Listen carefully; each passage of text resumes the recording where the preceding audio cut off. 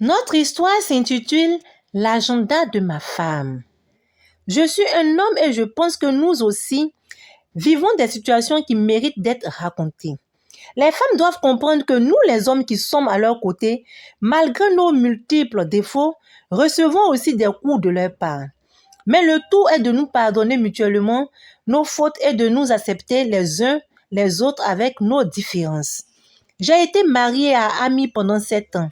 Nous avons eu 2 jolis enfants et, contre toute attente, Ami est morte l'année dernière dans un accident de la route alors qu'elle revenait du marché. Je m'en suis beaucoup voulu car c'était pour me faire à manger qu'elle s'y était rendue pour faire des achats. Ami était très belle. J'étais fière de la présenter aux gens. Elle était très accueillante et très soumise. Son caractère de femme correcte et exemplaire m'exaspérait parfois, mais j'étais persuadée que ma femme était irremplaçable. J'avais juré de ne plus me remarier. 1 an après sa mort, il fallait faire sa levée de deuil et partager ses biens à ses enfants et sa famille. J'étais contre car pour moi, tout ce qui appartenait à Ami ne devait pas être déplacé de la maison. Je voulais vivre dans son souvenir le restant de mes jours. Cependant, je dus m'y résoudre.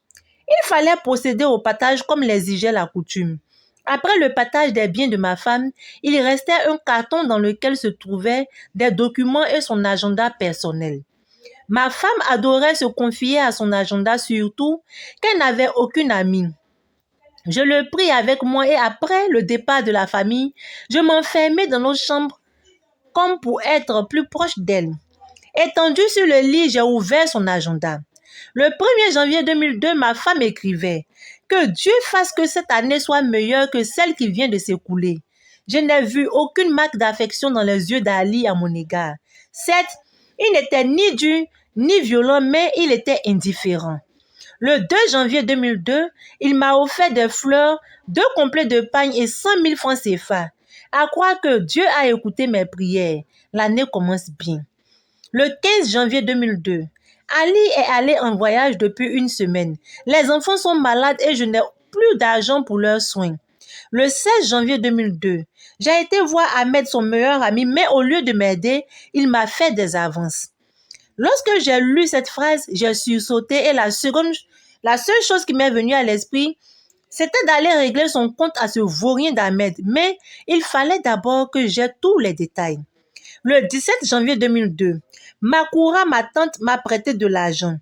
Ahmed est venu s'excuser et m'a remis 50 000 francs pour les enfants. J'ai donc décidé de taire l'incident pour préserver son amitié de longue date avec Ali. Après avoir lu cette phrase, j'étais plus calme. Quelle femme intelligente, j'ai continué ma lecture. Le 20 février, j'étais avec lui au jardin. Le 30 mars, j'étais avec lui au jardin. Le 2 avril, il est parti. Mais de qui parlait-elle? Le 15 avril, Western Union, 500 000 francs. Mais c'est moi. C'est quoi cette histoire de 500 000 francs? 500 000 francs CFA, pourquoi? J'ai poursuivi ma lecture de plus en plus inquiet. Le 22 avril, Dieu aide-moi. J'aime mon mari. Donne-moi la force de résister au mal. Une chaîne. Mais que signifiaient tous ces codes? Ami ne pouvait plus me répondre et je me rendis compte que j'étais en train de soupçonner ma défunte femme d'adultère. Mais cela ne pouvait pas être vrai. À quel moment sortait-elle? Le 23 avril, j'étais au jardin. C'était quoi au jardin? Le 25 avril, il est parti. Je lui ai dit que c'était fini. Il s'oppose. Il ne veut pas que je le quitte. Je ne pourrai jamais. Le 26 avril, il m'apprend au téléphone que mon mari sort avec Fanta, ma voisine et Mimi, sa collègue. Le 27 avril, j'ai mené mes enquêtes. Ali est un vrai salaud. Je perds mon temps avec lui. Fanta a même eu le culot de me confirmer sa liaison avec Ali. J'ai pris une décision. Jusque-là, je me contentais seulement d'aller au jardin. Maintenant, les fleurs ont besoin d'être arrosées.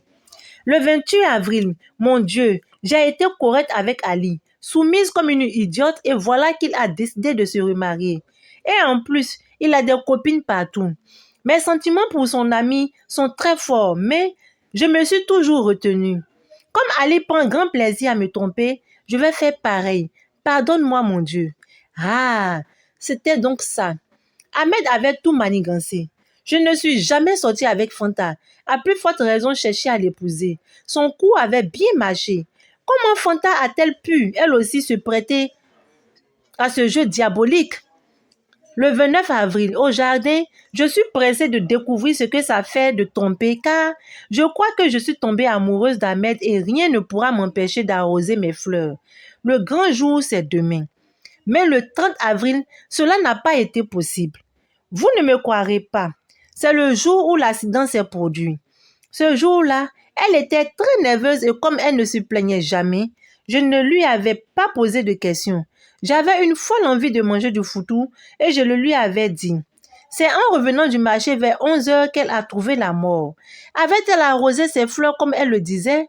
Cette réponse, je savais où la trouver. J'ai rendu une petite visite à mon soi-disant ami. Après avoir tâtonné, Ahmed, je sus que les fleurs de ma femme n'avaient pas été arrosées. Le rendez-vous était pour l'après-midi du même jour. Ce jour-là, j'ai pleuré comme un gamin. J'en voulais à ma femme d'avoir été à 2 doigts de me tromper et d'avoir écouté les ragots. J'en voulais aussi à celui que je croyais être mon meilleur ami pour le chemin sur lequel il avait voulu entraîner ma femme. Mais Dieu ne l'avait pas voulu. Il a empêché ma femme de se fourvoyer. Moi, son Ali, je lui pardonne tout. Ainsi s'achève notre histoire. Je vous dis à très bientôt.